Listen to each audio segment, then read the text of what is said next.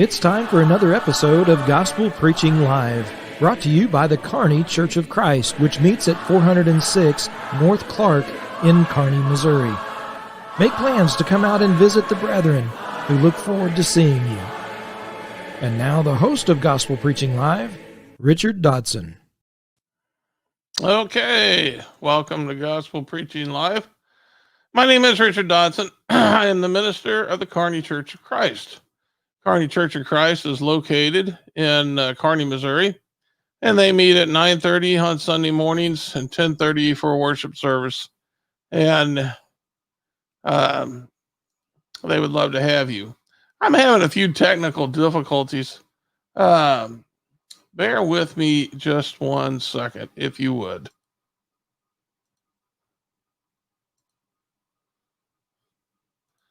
I don't know what's...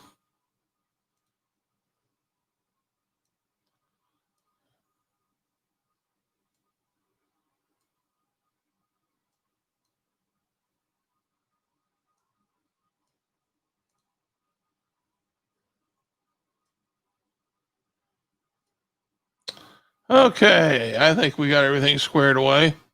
Had a little blackout just before we went online, so that caused some difficulties. But yes, Gospel Preaching Live comes to you by the Kearney Church of Christ. They'd love to have you. 9:30 for Sunday morning worship, for Bible study, 10:30 for worship. If you have any questions about the church in Kearney, go to www.kearneychurch.com, and they'd love to see you. But you can learn everything about the church there. And you can find contact information there, and you can leave a question, or you can call or text the number at the bottom of the screen at 816-686-9517, or email me at gospelpreachinglive@gmail.com. That's gospelpreachinglive@gmail.com. Gospel Preaching Live airs every Sunday evening at 6 o'clock and Thursday evenings at 7 p.m. And it also airs on 102.7 FM KPGZ in Kearney, Missouri every Sunday morning at 7 o'clock. So if you're listening to a broadcast of this sermon, then welcome you to go ahead and visit us after the lesson. You'll have time, but you can always use that number I gave, 816-686-9517, to get a hold of me. That's my personal number. I'd be more than glad to do what I can to answer any questions you might have, or drop me an email at the email I gave, gospelpreachinglive@gmail.com. Love to be able to assist you. Have you ever heard of a man named Alfred Nobel? I guess it's Nobel is his name. Alfred Nobel lived in the 1800s, and I've heard two different recounts of this story. He was a manufacturer of different types of explosives. He was known for inventing dynamite. And so they used that in the armament. And of course, one day, one story goes, there was a bad explosion at his shop. Many people were killed, and they thought he had been killed too. Another story is that his brother was killed, but either way, the newspapers thought he had been killed. And they gave his obituary in the paper the next day. He didn't like what they said about him, because they said that he used many his inventions to kill people, and he didn't like what he heard, and so he left his fortune to the Nobel Prize. That's why it's named after him. And so he left all his fortune. He didn't have any wife or kids, and so he left it to them. He was that concerned with how he would be remembered. And being remembered is an important thing, I think, for all of us. We often think about how we're going to be remembered. And that's the topic of this Sunday's lesson. How are you going to be remembered? I hate to say it, but a lot of times, even our families, we forget them so very quickly. Think about your great-grandparents. How many people actually even know the names of their great-grandparents? And then how many details of their life, if you do know it, how much detail of their life do you know? And the thing is, they had tremendous influence on you without you even knowing about it. Where they chose to settle had influence over your parents, which in turn influenced you. Many things. There's things that are in your genetics that came from them. And so they had so much influence on us, but we just forget about them. If you go to a graveyard, this will prove my point. Go to a graveyard and you'll notice the flowers, the fresh flowers are at the new tombstones. But if you look at the older tombstones, you don't see many flowers. In fact, a lot of times the words on the tombstones are starting to weather away. And so people forget you in time. And that's a sad thing. You want people to remember you. You want people to know that you've been here and that you've done something. But that's not the way it is in life. That's just not something that we're going to be able to change. You know, David mentioned this in one of his Psalms, in Psalms 41 and verse 5. He said, "My enemies say of me in malice, when will he die and his name perish?" Yeah, they were waiting for him to go away. All his influence, all the things he had control over, his reputation, they just wanted him to go away. And the best way for that to happen is for him to be gone. That's what they were thinking. And of course, that just proves a point, because when people are gone, as we're going to see in just a little bit, when people are out of sight, you don't think of them very much. In Psalm chapter 31 and verse 12, David says again, "I am forgotten as a dead man out of mind." Yeah, a dead man is not in your mind because you don't see him every day. You don't see him at all. And when they're not in your mind, when they're not before you, you don't think about them. I mean, every once in a while, something may come up that you think about them, but after a while, if you hadn't had any contact with him, if there's nothing in your history that would remind you of them, you're not going to think about them. I knew my great grandparents. I met a few of them, but I can't tell you how many times I even think about them, because I just don't have much living experience with them. I was a very young boy when I was around them. And so they're out of mind. I hate to say it like that. They're my grandparents. If they were here, I'd love them dearly, but they're out of mind. And I just don't have much experience with them. I think you get the point. And that's what David's trying to get across. It's just a fact of life. Solomon brought up the same point in Ecclesiastes. You remember how Ecclesiastes, the book is, how Solomon basically is a journal of his quest to find out which is the best way of living life. And I want you to notice what he said in chapter 2 concerning being remembered. He said this, he said, "I turn to consider wisdom and madness and folly. For what can the man do who comes after the king? Only what has already been done. Then I saw that there is more gain in wisdom than in folly, as there is more gain in light than in darkness. The wise person has his eyes in his head, but the fool walks in darkness. And yet I perceived that the same events happen to all of them. Then I said in my heart, what happens to the fool will happen to me also. Why then have I been so very wise? And I said in my heart that this also is vanity. For of the wise, as of the fool, there is no enduring remembrance, seeing that in the days to come, all will have been long forgotten. How the wise dies just like the fool." Now, of course, he was considering wisdom versus foolishness. But the point I want you to notice is the point that he made. Everybody dies, and in time, nobody remembers. That's a sad thought if you come to think about like that. That's a very depressing thing, to think that we're not going to be remembered by anybody in not very many generations ahead. Well, we can be encouraged by what Jesus said in his answer to the Pharisees in Mark chapter 12. The Pharisees came to him. They were trying to stump him with a question about whose wife a man's would belong to. Whose wife would a man's be if she had married multiple men? And of course, the marriage had ended because the man had died. So she married another man.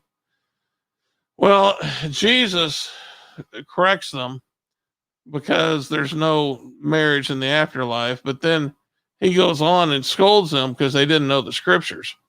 But I want you, that's not the point I want you to learn from. I want you to notice what he said in verse 26 and 27 of Mark 12. He says, as for the dead being raised, have you not read in the book of Moses in the passage about the bush, how God spoke to him saying, I am the God of Abraham and the God of Isaac and the God of Jacob. He is not God of the dead, but of the living. You are quite wrong. God is God of the dead.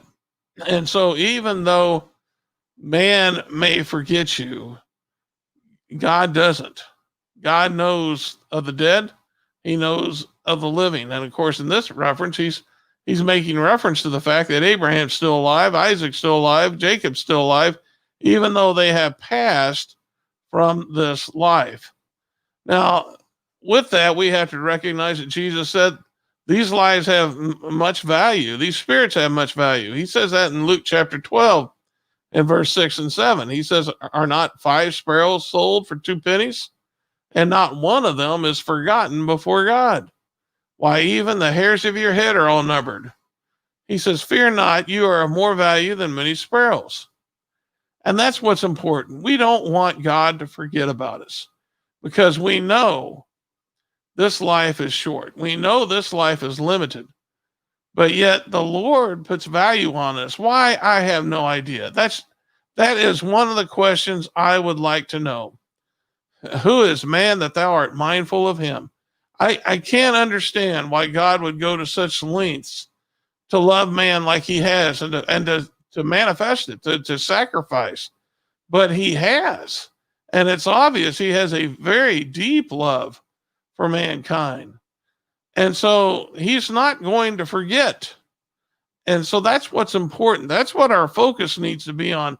We shouldn't be worried about being remembered by man. We should be concerned about being remembered by God. And Paul had that in mind. He had his focus. In 2 Timothy chapter 4, verse 6 through 8, he tells us what should be on his tombstone and what every Christian should want on their tombstone. For he tells us how he wants to be remembered. He said, I am already being poured out as a drink offering, he tells Timothy, and the time of my departure is come. I have fought the good fight. I have finished the race. I have kept the faith. Henceforth there is laid up for me the crown of righteousness, which the Lord, the righteous judge, will award to me on that day, and not only to me, but also to all who have loved his appearing. So notice what he's looking forward to. He is looking forward to being with the Lord, but to also to get that crown of righteousness. And he says he trusts in the Lord to receive that. Why? And this is what needs to be on his tombstone. I have fought the good fight. I have finished the race. I have kept the faith. He did those things. In fact, he's even saying that in past tense. And if we do those things, then we would also be able to say, henceforth there's laid up for me a crown of righteousness. Because he mentions that at the end of the verse, not to me only, he says, but to all who loved his appearing.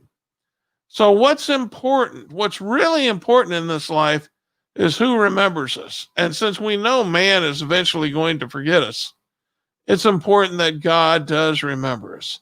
And if God remembers us, this is what we want him to remember. We want him to remember that we did fight the good fight, that we did finish the race, and that we did keep the faith. If the Lord remembers that about us, then we're going to be okay. Everything's going to be just hunky-dory. We're going to be able to go to heaven and receive that crown of righteousness, which, let me tell you something. I want that bad. That's something I want. I really want to go to heaven. If I don't go to heaven, my life is a failure in every which way possible. I got to get there, and I'm going to try to get there the best I know how. And I trust the Lord will get me there as long as I do everything I can do. And so what can I do? Well, one of the things I can do is to learn from Paul. He said he fought the good fight. Well, how did he fight the good fight? Because if he fought it, then all I got to do is follow his lead. If I fight it the same way he did, then I'm going to be able to say, I fought the good fight. And he said, that makes a little sense.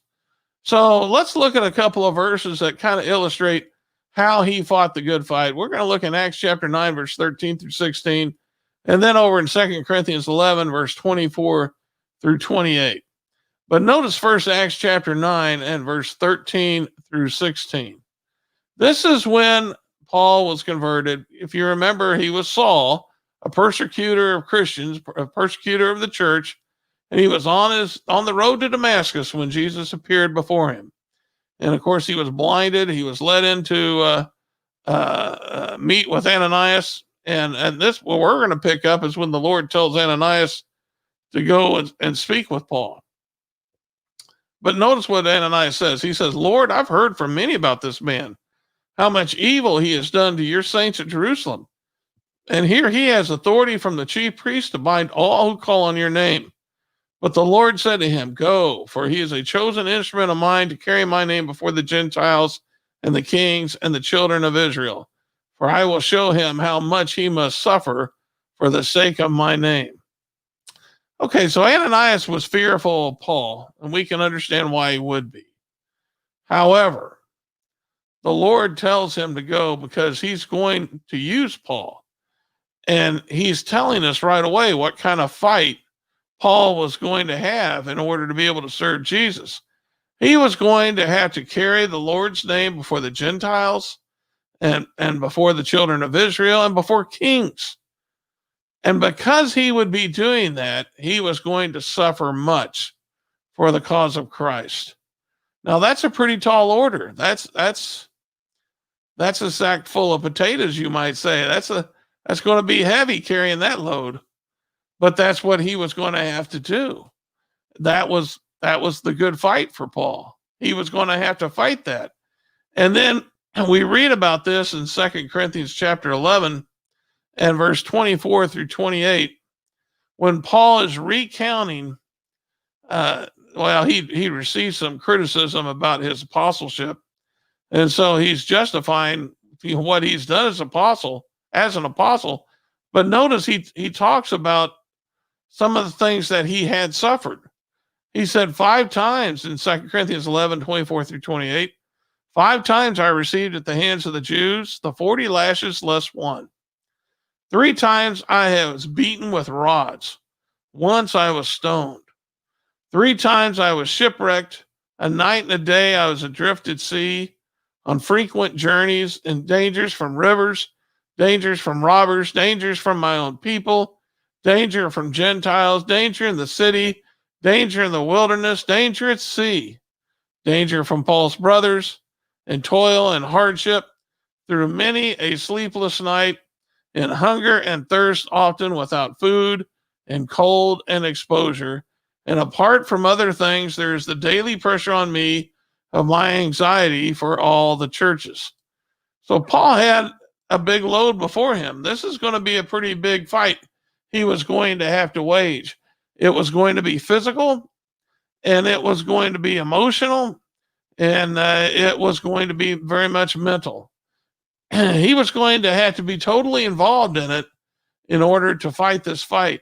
You can imagine the periods of discouragement he must have felt.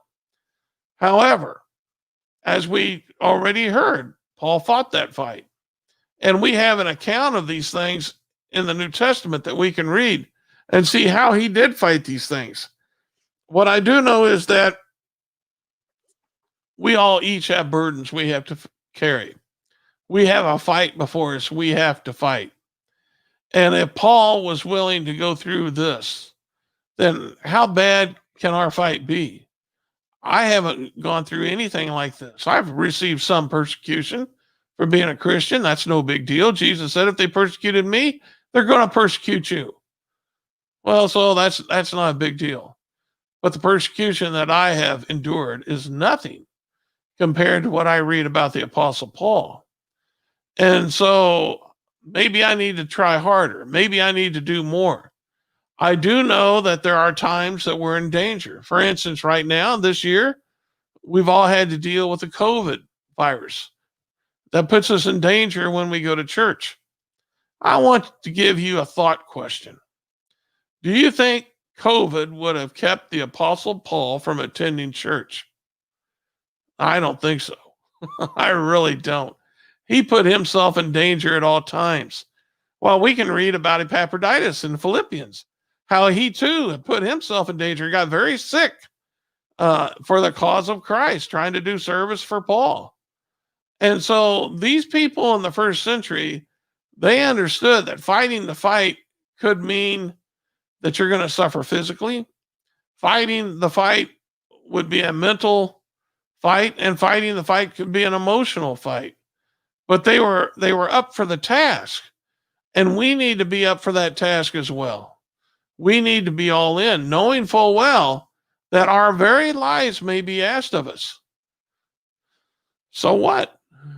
What if we do die in the cause of Christ? There are far greater things ahead than to be staying in this world, I can assure you. So that's what we need to be doing when we're fighting the fight. We need to be doing the work of the Lord and not shirking from our responsibilities because there's some mental anguish or there's some danger or whatever problem there may be. We need to just keep on keeping on and performing that fight that we have to do. Now, something else that Paul said was he finished the race. Finished the race. That means it's over. It's done. He made that race. And, he talked about a race many times, and we can read about what he said about racing in the New Testament, and that can give us some insight into what he did. Let's look at 1 Corinthians chapter 9, verse 24 through 27, and then Hebrews chapter 12 and verse 1 and 2. In 1 Corinthians chapter 9, verse 24 through 27, Paul says, "Know ye not that they which run in a race run all, but one receiveth the prize? So run that you may obtain. And every man that striveth for mastery is temperate in all things. Now they do it to obtain a corruptible crown, but we an incorruptible. I therefore so run, not as uncertainly, so fight I, not as one that beateth the air, but I keep my body and I bring it into subjection, lest by any means when I have preached to others, I myself might be a castaway." You see, we all feel the temptations of the flesh, the lust of the eyes, the lust of the flesh, and the pride of life. We understand that. But yet we have to kill those fleshly desires. We have to overcome them. Why? Because we're wanting to win the race. We have to be disciplined to make sure that we're sharp. We can perform as we need to perform as Christians. I was in Colorado Springs one time, and I came across a facility where Olympic athletes stayed and trained. And it was a very big facility, and it was something that it's pretty unique. They were so focused on preparing for the Olympics. They didn't eat Big Macs. They were very careful about what they put in their body. They were careful about the amount of sleep. They were very careful because winning and being sharp was very important to them. Well, you know what? Winning as a Christian, that has to be important to us as well. And that's why it's important, for instance, on Saturday nights, not to stay out late. You want to get home and get some sleep so that you'll be sharp the next morning when you go to church to worship. Why? Because in a sense, that's game day for a Christian. We're called on to worship. We're called on to assemble. And it's so very important. We go there to be edified and to edify each other. And so we have to be on our game. We have to be prepared. That's part of winning the race. And I see too many Christians that stroll in late, all bleary-eyed. Why? Because they were out too late the night before. That's not being disciplined. We need to be a disciplined people. Now, it's better to go and be tired than to not go at all. But if you really want to excel as Paul did and run that race as if you're going to win, then you need to be disciplined. We have to work toward getting to heaven as if there's only going to be one person allowed in. If they're only going to allow one person into heaven, then you want to live your life in such a way that you would be the one awarded the prize. Now, luckily for us, that's not the way it is. But that's the way we have to live our life. We have to live it the very best we can. And that's what Paul did in Hebrews chapter 12 and verse 1 and 2. After talking about all those people who died in faith in Hebrews chapter 11, he starts off by saying, wherefore, seeing we are also compassed about with so great a cloud of witnesses. Who are these witnesses? All those people that he mentioned in Hebrews chapter 11. And they're all watching and saying, go, go, go. They're your witnesses. They're testifying. And they're saying, look at my life. God was with me. He'll be with you. That's what they're saying. And so the writer says, let us lay aside every weight and the sin which does so easily beset us. And I say writer, I think it's Paul, but it can't be confirmed, but I believe it's Paul. And let us run with patience the race that is set before us, looking unto Jesus, the author and finisher of our faith, who for the joy that was set before him endured the cross, despising the shame, and is set down at the right hand of the throne of God. So we need to run that race. And Paul ran that race. He ran it patiently. Why? Because every time he saw an obstacle, he worked toward overcoming it. He was patient with it. He didn't get frustrated. He kept on going. He didn't quit. And the reason he didn't quit was because what he knew of Jesus. Jesus endured the cross. Why? Because for the joy that was set before him. And so we need to endure our burdens. We need to train to be running this race and overcoming obstacles so that we can do the same thing. We can focus on the joy that is set before us. And that joy is going to be that crown of righteousness that Paul spoke of. That's what we want. That's what's going to bring our joy. And then finally, Paul kept the faith. And again, he says, I kept it. Let's look at Romans chapter 1, verse 1 through 6, and then Galatians 2 and verse 20, and 1 Corinthians 11 and verse 1.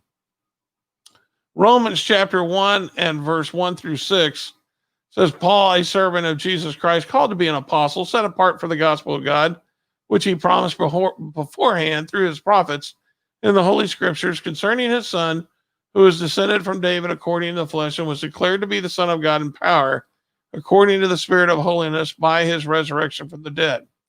Jesus Christ our Lord, through whom we have received grace and apostleship, to bring about the obedience of the faith for the sake of his name among all nations, including you who are called to belong to Jesus Christ.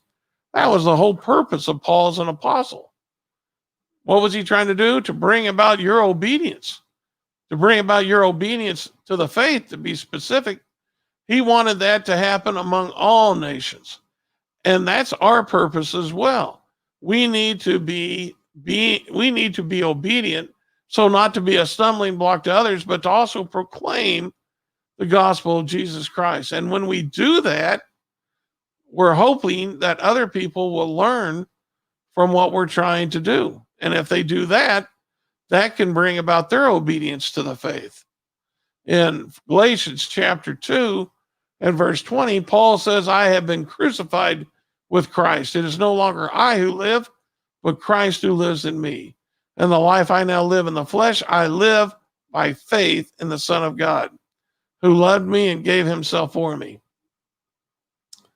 We are to live by faith, the faith in Jesus. And if we're going to do that, then we're going to have to know his will. And faith comes by hearing, hearing by the word of God, Romans 10:17. And so we go to God's word and we're obedient to that will. And when we're obedient to that, that helps us put aside that carnal mind, that very carnal mind that Paul criticized the Corinthians for having. When Jesus was tempted in the wilderness, how did he overcome the lust of the eyes, the lust of the flesh, and the pride of life? Each time he was tempted, he said, it is written. He's making reference to what's in the Bible.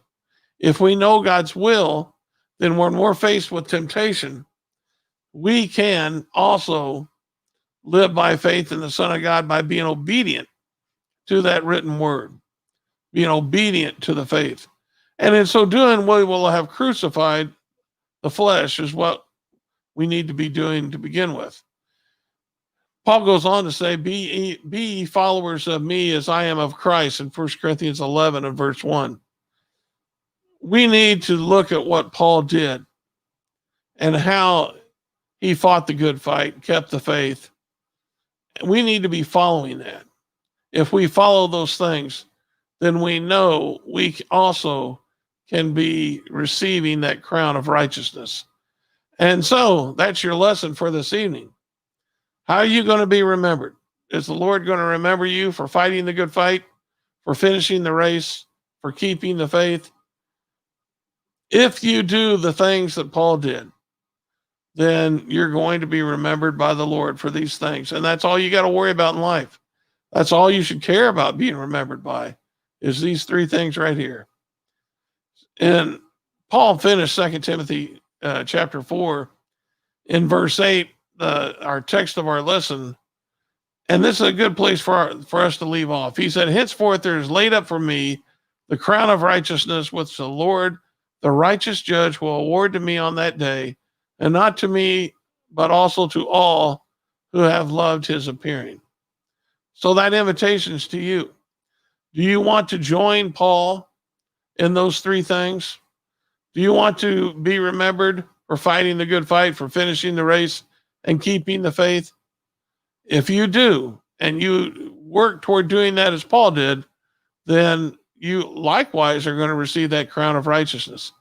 That's what's before you. But you're going to have to make a decision. This is something that you're going to do.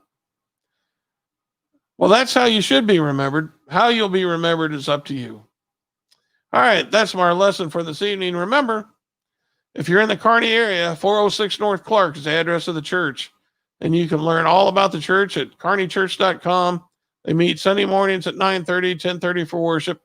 And if you are in Kearney, tune in to 102.7 FM on Sunday mornings at 7 o'clock, and you can hear a lesson from God's Word. And something of interest, Swords with Swords is another internet show I'm involved with, where me and Chris Peltz, the minister of the Southside Church of Christ, we get together online and we discuss issues pertaining to the Bible. And we try to include those who make comments.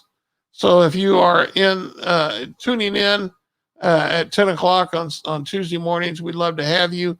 You can reach that by going to the Kearney's website and just logging into our Facebook channel, because the show airs right off our Facebook channel every Tuesday morning at 10 o'clock. The Berean Spirits is a like show, except there's 5 preachers, and I'm one of them. And we try to study God's Word in light of the Bereans studying in Acts chapter 17. And that comes on every Thursday at 10 o'clock. And likewise, you can get access to that by going to the Kearney Church's Facebook page. And or you can go to the YouTube channel or the Berean Spirits YouTube channel, either one. But you can tune in and see it live. Now, all these are saved so that you can see it at a later time. But it's there for you if you want to partake in it. And then, of course, the next episode of Gospel Preaching Live will be this Thursday at 7 o'clock, where we'll hear another message from God's holy word. And I hope you'll be able to tune in at that time. Okay. That's all I got for you this evening. I hope you enjoy this next day and until we get together again next Thursday. So remember, this is the day the Lord has made. Let's rejoice in it and be glad.